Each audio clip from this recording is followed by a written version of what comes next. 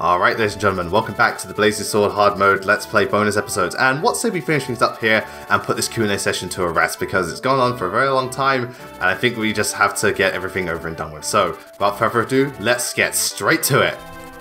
Okay, first question.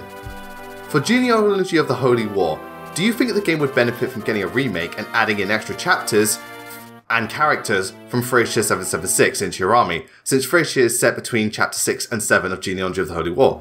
You know what? Well, yeah, it would definitely benefit from a remake because the game is so dated, it really needs that more polished modern Fire Emblem touch. But adding extra characters would be cool. It would better tie in the games and foreshadow like what goes on in Thracia. But at the same time, it shouldn't be that many of an amount, because if you add in too many, it will not only probably make the game just a bit too much, because the game's already kind of long to begin with, but it would also kind of devalue genealogy in the Thracia in a sense, because if you show way too much of it, you don't really have that excitement to play Thracia as much. Like, a little bit's fine, but not too much. So yes, but don't go overboard. Okay. Next question. Favorite character from each GBA Fire Emblem game and why? Well, from Binding Blade, Milady, and I explained that in my top 10. I just, she's so involved in the story, she has amazing conversations with like Gale and stuff, and even when she goes back to fight them, it's really tender and bittersweet. She's a wonderful unit, even better on hard mode, her class is fantastic for the game. I love her supports of the other characters. She's just wonderful, she's absolutely wonderful, Milady. For Blazing Sword, most likely it's Lyn, because I know she's not the best unit, but she has her advantages like the high speed skill, and usually she gets high luck. For me, because of how RNG blessed she gets in this playthrough, so there's that. Also, she's the one lord where her promotion is never fixed, so you know she has that. She's kind of a bit more flexible. Also, in terms of character, I really like Lyn, because even though she isn't huge in the story, she just feels like a more standalone, independent character. Her arc is good, and I really like. Well, for one thing, I think her support's fantastic regardless of who she supports with. And I really like how much she values friendship and like the theme surrounding her, because, you know, the way she does stuff, like, she doesn't really know these people, but she values them greatly. And it's more to do with like the time you spend, like what you do with the people you know, rather than how long you've known them. Because like, even though she barely knows Eloy and Hector, you can really, you really get the friendship between them. And, you know, I think that's one of the things I value as a person, and Lyn kind of represents that. That's why I really like her. For Sacred Stones, it's either Erica, Joshua, or Seth. Erica, because there's a lot of nostalgia bias. Oh yeah, Matthew can't be with us, so sorry Matthew, see you later. Erica can't be, Erica I have a lot of nostalgia bias for, but I just think she's absolutely lovely, and I do like her, like the arc she goes through to become a much stronger character, and very much grow up. So I really like that, and as a unit, yeah, she ain't great, but she's not dreadful, she's just kind of on the level, but I like her. Joshua, because he's definitely one of the cooler Fire Emblem units. He's got some really cool supports like Natasha and stuff, and he himself actually does get really involved in the story, and it's really, really cool to see his little story arc go through. And he's also a really cool unit, you know, just Myrmidon for life. And Seth is one of my favorites because he's a fantastic unit, probably the best in the game. You know, great paladin, one of the better paladins in Fire Emblem, I'd say. I love his character, his relationship with Erica, just like the role he plays in the story, how noble he is, yet still has enough to be like just a strong character in his own right. I just absolutely love Seth. So those are my favorite characters from the GBA games. Okay, next question. Have you played No More Heroes? If so, who is your least favorite boss? Yes, I played No More Heroes and I played No More Heroes 2, and I'm looking forward to No More Hero 3 very much. Least favorite from the first No More Heroes, Speedbuster. Not that it was a bad boss, it just got kind of mundane after a while, and eventually I just got tired of it, but the idea was nice. No More Heroes 2, Jasper Bat Jr., because he's got 3 phases. The second phase is an absolute bitch, and there's so many stupid insta-kill moments. The character's just lame. Oh, just absolutely dreadful. Dreadful. Absolutely dreadful. Okay. Also asked, what's your favourite boss fight in each Metroid game? And Ridley can't be the answer for every game. Well, that sucks. Alright, for every Metroid game, for Super Metroid it would be for Kraid or Mother Brain. Kraid because it was the first really like large-scale battle you had in Metroid, and even though he doesn't do much, he's cool. As for also Mother Brain, because even though again the battle doesn't do much, it's so cinematic and such a wonderful moment in Metroid and gaming that I absolutely love it. For Zero Mission, it would probably just be Parade, because again, it's like the same battle, but it's a bit more fast-paced, even though probably easier. But Zero Mission doesn't have very good fights to begin with, so yeah, that's what I'd say. For Fusion, I'd say The Nightmare. I think it's a really cool fight. It's foreshadowed well. Not too hard, but it's definitely one of the more intense fights, and just really, really cool. And it's also cool how it works with the gravity gimmick. For Metroid Prime, it's the Omega Pirate. I think it's a cool fight, even though it's just basically a stronger version of the Elites, but it's still really cool how you got to use the different weapons, and like, it's just a really cool boss, and the atmosphere is great. For Prime 2, definitely Quadraxis. Quadraxis is absolutely awesome, really inventive boss, got multiple phases, so much fun to fight, and I love the design and everything about it. Quadraxis is awesome. Prime 3, it's Rundus, because for the early game boss, it can be quite the challenge, and it's quite emotional because I really did like Rundus, so it is kind of upsetting to see him go. I also just like the music's fantastic and stuff like that. And it's just a really cool, inventive fight. I think it's really awesome. So yeah. For Upper M, it's Goyagma. This is a really cinematic, athletic battle, very fast paced. I really like it, even though the whole getting to him is stupid because you don't get the Zero Suit. No one's gonna live that down. So that's really cool, and like the way you run up him and attack him, and the way it incorporates first and third person, really awesome. For Samus Returns, it would be the Omega Metroid, because it is quite a challenging battle, and it harkens back to the one in Fusion, which is cool, and it's just like a really, really cool fight. Props to Samus Returns. It has some of the hardest but best bosses in Metroid, so props to that game. And final question from this person: if you were going to do a Let's Play on a Castlevania game, which one would it be? Super Castlevania 4 is out because you've done it already. Well, next up is Rondo of Blood, so I'm going to say Rondo of Blood, but I'm going to Let's Play a lot of them. I really look forward to Order of Ecclesia, Aria of Sorrow, and Symphony of the Night. Yeah, okay. Next question from this new person: what Monster Hunter game should I start with? I recommend you start with Monster Hunter 4 Ultimate, because that game, not only does it do the best job at teaching you the ins and outs of Monster Hunter, but the way it progresses is really good. It has like an actual kind of plot to follow. The amount of monsters is wonderful. The areas there are cool. It introduces enough new mechanics without overblowing the player or being silly. It's just so beautifully well designed. You really feel a sense of good progression, and there's so much to do. It still stands as my favorite Monster Hunter game, and I think it's a wonderful place for people to start. Okay, new question. Let's take a drink.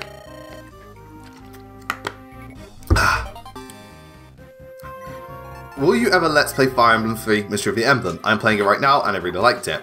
Okay, this has to be said for every one of these, like, will you play this? I will be playing every single Fire Emblem game on this channel. Do not worry, I will play all of them.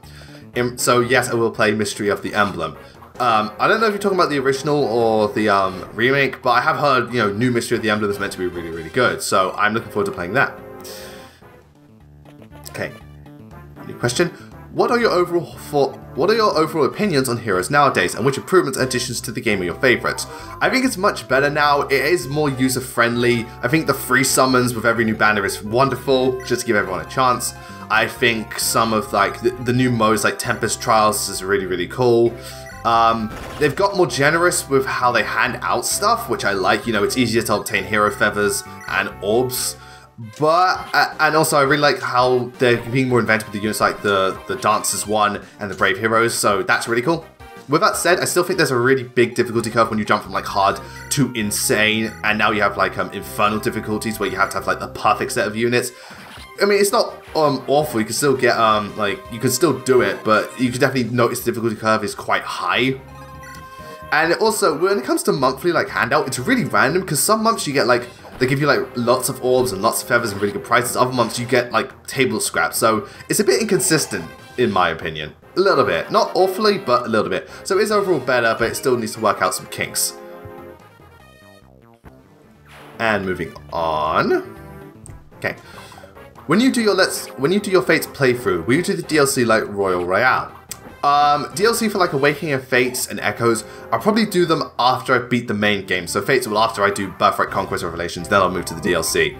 So yes, but it'll probably be at the tail end of that, like Let's Play. Okay. If you were to meet a Fire Emblem character in real life, who would it be and why? If I wanted to be a Fire Emblem character in real life, it would be Sumiya because everybody knows at this point. I just really like to meet her because she's an absolutely wonderful and beautiful person, and I reckon we'll get along well, and hopefully, you know, we can get married and give birth to Cynthia. That would be wonderful. That would be absolutely wonderful. Nil's getting pretty good level ups for a dancer. Well, bard in this case. And Ninian's going to get all those benefits. Last question from this person. What do you think of the performing arts summon, and who did you choose as the legend of choice? And why choose Lyn? Okay, that's kind of a redundant question, dude. In terms of the other part, but the performing arts summon, I think it's really cool. It's just like letting the dancer class go, like it's like a big, like a giant tribute to the dancer class, really. So I think it's really, really cool. I like, you know, that, you know, you give Azora an axe and you give, like, Inigo a tome and Olivia's got daggers. I think it's cool, just a, you know, a way to spice them up a little bit. It's not a massive change, but it's cool.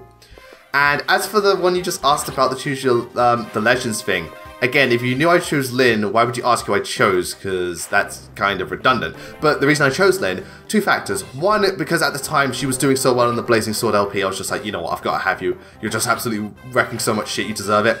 Two, because she's the first nomadic unit we have, and I thought that was really interesting. So I was like, oh, cool, nomad. Go for it. Okay. New question. What are your 5 favourite classes across all of Fire Emblem, and what do you think of the Great Knight class? Well, this day and age, not much has changed. Knights and Generals are still my favourites. Go Ballista. Falcon Knights are my second favourites. Heroes are still my third favourites, and Dark Mages are still my fourth favourites. But Beast units are no longer my fifth favourites. I'm now swapping it out for Wyverns. I really like Wyverns now just because playing more games like Fates and Binding Blade, I'm just like, oh, Wyverns! Yes! They're just so wonderful. I just really like the class now. Oh, great level up. At least it's speed. So, you know, that's how I say. Not much has changed. Wyverns have now jumped from 6th to 5th. So, way! And what do I think of the Great Knight class? I like the Great Knight class. I mean, even though it was on least favourite classes, again, I've explained this so many times. The only 3 I don't like were the top 3. I like all the other ones before, just not too much. Great Knight class is cool. They're like again, a mounted general, so they have quite good movement. They tend to have better caps than paladins, from what I've heard. And they have all 3 weapon triangles, so there's that. My only problem with them is that they don't reach like the same levels of like defense or strength as a general does, and they lack like the higher movement and the higher resistance that a paladin does. So they have like more glaring weaknesses, if you ask me, but they're definitely good. You know, I like Great Knights, especially because, well, you know, they're not in Echoes. I can't really say. I reckon my opinion of them has improved because Perry made for such a good one.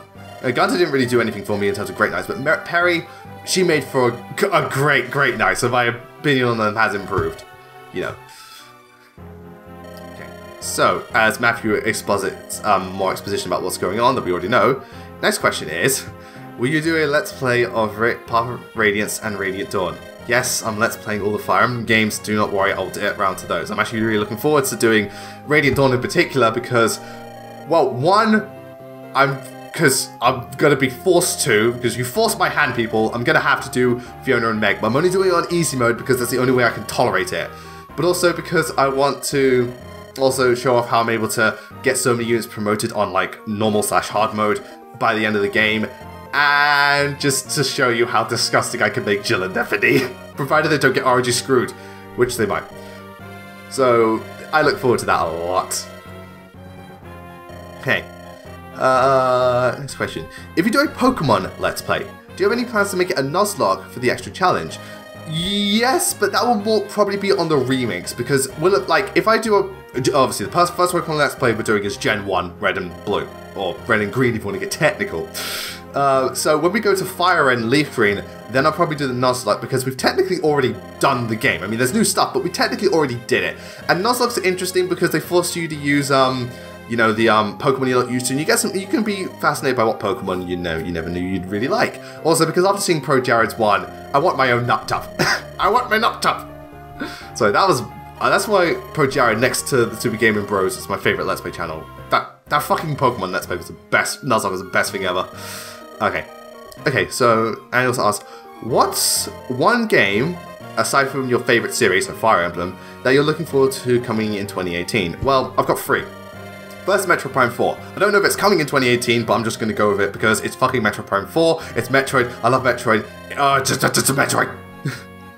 You know, I also really look forward to Dragon Ball FighterZ Z because I love Dragon Ball Z and I love the Dragon Ball Z fighting games. And this one is basically Marvel vs, which is my favorite like fighting game series, so I can't complain.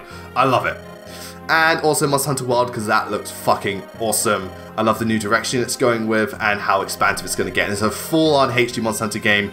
Sign me up, I'm all for it. Okay, this is an interesting question. If there was to be a battle royale between all Fire Emblem Lords, who would win and who would die first? Okay, quick drink. Who would die first?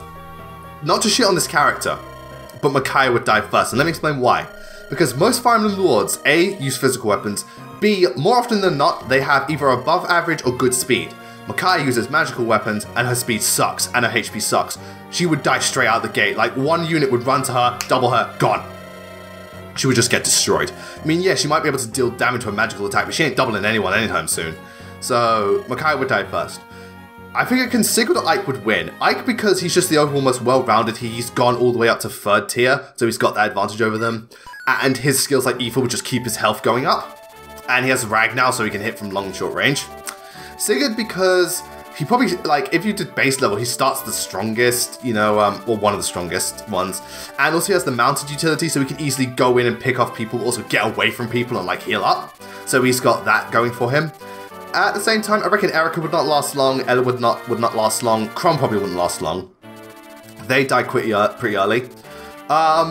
Celica would probably pick off some of the unexpected units. Like, I reckon Hector would do pretty decently because he has the defense, even though most Fire Emblem Lords are sword-based, so he'll have trouble hitting them. But I reckon Celica would come in out of nowhere and just nuke him with magic and he'd die. So, like, he's fighting F-Frame, and then Celica just teleports behind him. Omae wa mou shindayu. Nani? Just nukes him. But Celica would probably get beaten in the end. Lyn, I reckon, wouldn't kill anyone except maybe Micaiah, but I reckon Lyn would last a bit longer thanks to her high evasion and speed, so she won't get doubled by people and she'll dodge quite a bit, I reckon, but I doubt she'll do any of the killing, she'll just last a while. Lucina will probably last quite long, but not forever. Corrin actually lasts a long time. I don't think he'd win, but I reckon he'd last long. Roy would be killed I reckon Roy would, like, unless he gets a really good hit in with the Binding Blade and the unit doesn't survive the first attack, I reckon Roy would die quite early. Alm and Marth would be somewhere in the middle. They'd hold up a good fight, but I don't think they'd be able to last forever. I mean, Alm might be able to get in, like, a double lion or, like, a really strong attack and finish someone off, but I doubt he'll thing. I reckon Ephraim, if it's not Ike or Sigurd, Ephraim might make it to the top because he has the lance advantage over a lot of units, so there's that, but I don't know if he'd be the #1 winner. I think Ike or Sigurd would be the overall winner. New question. If FA Switch introduces sibling lords like Ephraim and Erica, but they are pure magic users, where the older sibling is a dark mage and the younger is a normal mage, how would you feel about it since the series mainly focuses on melee lords, and how do you think it would affect the story since there won't be any legendary blazes like dragons? I like the idea going the more magical route. I mean, to be fair, Fire Emblem, it kind of, like, it's easier with the weapon triangle with just, like, swords and stuff, but magic route can work because, you know, you just have backup units being thingamajig. It would also probably make the classes stand out more because you probably would, like, you have more melee classes than magical classes in Fire Emblem. Most of the time. So that's fine, but I would swap dark magic with light magic, because dark magic is more of an enemy thing, and I think, and you know, dark magic for low level units isn't that good because it usually has like high weight to it, so if like a lord started out with dark magic and they were low level, they'd probably suffer for it, whereas if they had light magic it would be more beneficial, and I think it would just suit the theme of the series better. As for the blades, it doesn't really make a difference, just swap out blade and swap it with tome. It's fine, you can still have the exact same themes, it doesn't have to be a sword. You know, the sword is just really an object. You swap the object, the themes still stay the same. That's all. So, it can still work. Okay. New question. If there was another Fire Emblem game that was based on a different culture than the usual medieval Europe, like Birthright did, what culture would you like it to be based on? Either, like, kind of more Indian Arabia culture, because I really like that idea of, like, Arabian Nights and traveling the 7 seas and stuff like that.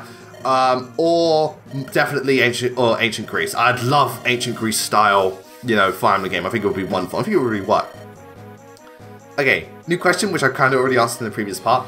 What do you think of Digimon Tri? Well, I've only seen the first OVA, but from what I've seen, I really like it. I like that it's going for a darker direction, it's fixing a lot of problems the main Digimon series has, and it feels like a really good tribute to the, you know, the fans who grew up with the original. You know, it is very much focused on the original series, not everything that came afterwards. So I like that. I really like that. Okay. Next couple of questions. What is your least favourite knight / general besides Meg?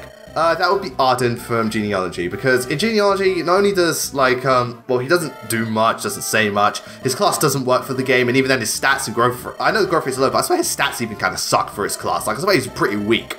So he just doesn't work for Genealogy. I mean, I know in the new banner, Arden is much better because of, like, the brave weapon he has, and he's able to quadruple, like, quite easily, but, you know, just in regards to, like, that, Arden's my least favourite next to Meg.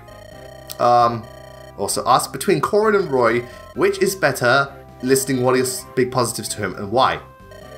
In my opinion, Roy is better. Why? Because he never does anything really stupid. Like, you know, I've never face-palmed or groaned at Roy, aside from not dodging the bolting, but that's to do with the RNG. But in terms of the story, he never does anything really dumb. And I can see, while I can see potential with Corrin's character, I can also see potential with Roy's character, because if they were ever to do a remake of Binding Blade, I really hope that this is the direction they go, where he takes a leaf out of Ike's book, and where you have base conversations with the new units you recruit, because the whole thing I noticed with Binding Blade upon replay is, you know, there's a lot of treachery and betrayal, and a lot of the people that Roy knew and looked up to either die or betray him, so him being able to find resolve in the people that join his army through like conversations and the base stuff, I think would work really well and fit his character, showing that he has optimism thanks to the people that go with him, not the leaders. And it would be a nice contrast to Sophia, where he lost all faith due to his father, even though so many other people like Murdoch still believed in him and loved him. So it would be a nice contrast between the two characters. Also, he has just, Roy does have good supports, and his legendary weapon is amazing, so he's got that going for him. Also, yeah, because this is hard mode, I don't have to use the Knight's Crest for Wallace. Now, what is interesting about that, because if you don't use it, you don't get it back, but what you can do is you can potentially, if you want to, you can always boss abuse and grind either Sane or Lance or Kent, sorry, not Lance, Sane or Wallace, or Kent all the way up to level 20 and just promote them if you've got that much time. I don't.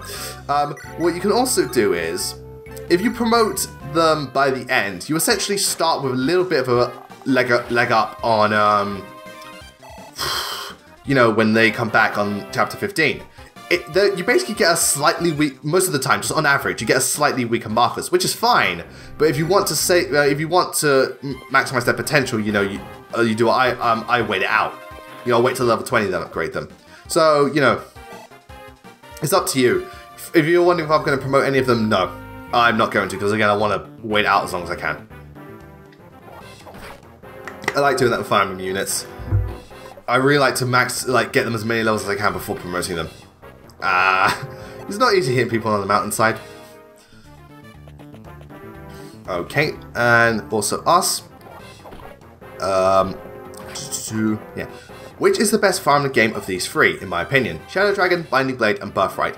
These days, I'm going to say Binding Blade because after Let's Playing it, even though there was some stuff I noticed that really didn't hold up in the long run, I have to admit, there is some stuff about Binding Blade I do really like. There is certain levels that I did, you know, certain levels have grown on me and I think have become better. The themes of like betrayal and stuff in certain parts of the story I really liked. And certain characters I really appreciated a lot more this time around. So Binding Blade has grown on me, and I definitely see like how much impacted Fire Emblem. So yeah, Binding Blade is definitely good level up. I think it's the best of the three. I like all of them, but Binding Blade is my favorite. Okay. You mentioned in your last video that you graduated your college with your degree. What did you plan on using it for? Well, originally I intended to go into like animation production for either films, TV, video games, or advertising. And I did like an internship somewhere for like short videos and stuff like that. But the reason I didn't pursue it is because I like some of the people that I went to uni with, they've been in the animation industry, and I also talked to some people within that field. The thing is about this type of industry is animation literally becomes your life like, you wake up, you work, till you go to sleep. While yes, you get paid a lot, you know, it's a field you specialize in, so there'll always be demand for you. You kind of don't have a life outside of it, you know, from what I spoke to people about. Which, you know, I kind of knew that going in, but I didn't want that to be, at least not this early on, I didn't want that to be my life. I didn't want to be stuck, you know, just doing animation constantly, you know, just all the damn time. On top of that, most people will employ only the best of the best, and while I do have a 2-1 degree, which is good, you know, it's like, this, because it's such heavy competition, you've got to literally be the best out there to be employed, so it makes it much harder for me. For most people, they have to do non-paid internships, and I couldn't do non-paid internships for, I can only do a non-paid internship for so long, because you've got to get, you know, you've got to live off something. So, you know, I do, if anything, with the skills I've learned from YouTube, I can definitely go into like video production and editing, and also I do plan to go hopefully pursue it later on in my life, because thing about YouTube, no one's going to do it forever. Eventually either the platform will die out or people will just move on, and I'm going to be the same. I mean, I want to do it as long as I can, and I know people like, you know, Dog Walker's been doing it for years, and so has James Rolfe, and so has all these other people. They've been doing it for years, but eventually we're all going to have to move on. So once that happens, I'll probably go back to animation, something like that. And I definitely have to play Fire Emblem 3. So that was what I intended to use it for, and hopefully later on in life I could go back to it. Okay. New set of questions. If you live in the universe of My Hero Academia, what quirk would yours be? My quirk, I'm taking a leaf out of Bishop's book from X-Men, where I'm able to absorb kinetic energy and either dish it back out or use it to enhance myself, like I become stronger and faster. So it would make for an interesting thing where I can work as both an offensive and defensive hero. So say people are being attacked as people like sending like energy waves or explosions their way. I could absorb the energy, nullify it, and either send it back at people or just cancel it out. Or say I needed to fight a villain, and say they had like one of their quirks was say let's say you know Baku, if I remember his I'm gonna mispronounce his name. Bakugo, you know, his explosion quirk, I could literally, every time he shoots me, I just absorb the kinetic energy, and I can either shoot it back at him, or just punch him in the face, you know, something like that. It will give me a one-up against people like him, All Might, or, you know, Deku. You know, anyone who's more physical or, like, attack-based, it would give me an advantage, so I could help out people and fight back. But it would also mean I'm useless against people with more status elements, so Gravity, I'd be useless against because she could just lift me. I'm like, I can't do shit. And I couldn't stand a chance against Midnight because she put me to sleep and I'd just fall asleep and do nothing. But if I get to fall asleep on her lap, I won't complain. So yeah, I think that quirk would be really cool. I could work as both a fighter and a defender. Okay. Also ask, did some of your classes from your least favorite FE classes change nowadays, or do you still hold true to all of them? The only ones that I've really changed are Bow Knights and Dancers. I prefer both of them now because Dancers, while they're still not massive on them, thanks to like how you use them in Radiant Dawn, especially in the end game, like the Herons, Azura was a big one, and what's her face in Genealogy? Can't remember her name. I know she can make 4 people dance though, so thanks to them, I'm much more favourable of the dance class now, and I definitely see from an objective viewpoint why it's got so many perks and why it's one of the most useful classes in the game. It's just personally not for me that much.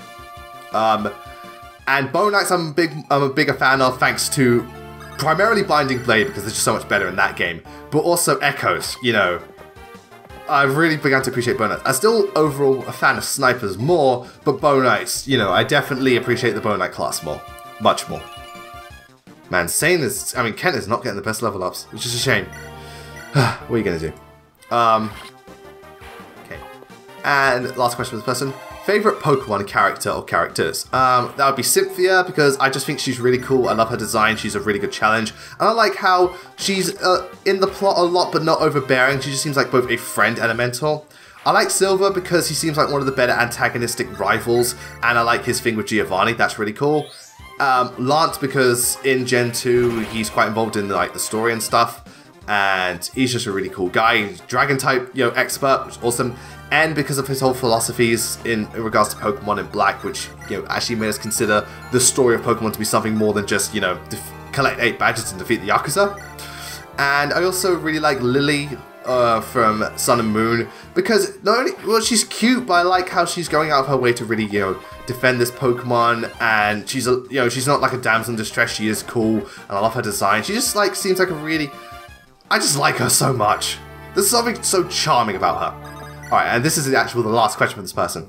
Have you seen Mobile Suit Gundam Iron Blood Orphans? If so, what's your thoughts? I have seen it. I love Iron Blood Orphans. I think it was a really good, not revival, but like new direction they went with Gundam. And I liked that it went for a far more gritty, grounded approach. And how it just did away with a lot of the Gundam cliches. Like, there were barely any, like we saw next to no lasers in that. The characters, they weren't like, they weren't whiny little brats. They were proper like, downtrodden, broken people. But I like that about them. There was more human elements, and stuff like that. It was just really, really cool. I love how brutal things were, and the fights and everything. And I like the more serious, gritty tone. The only thing I didn't like was, Season 2, I felt, was, while it was great, it has some really great moments, it didn't really feel like it was going anywhere till the end, and the ending was both great, and I both love and hate, because it's great because it does really work in the concept of the story, and it makes the most sense, but it's also so bittersweet that you can't help but be like, oh, why does this have to happen? So, I love Iron Blood Orphans. It's my second favorite Gundam series, my first being 00. That one was perfect in my opinion. So I love that one. Alright, ladies and gentlemen, we're going to stop here, and when we come back, we're going to finish up Lin Hard Mode, and we're going to finish up this Q&A session once and for all. I look forward to it, guys, and until then, I will see you all next time.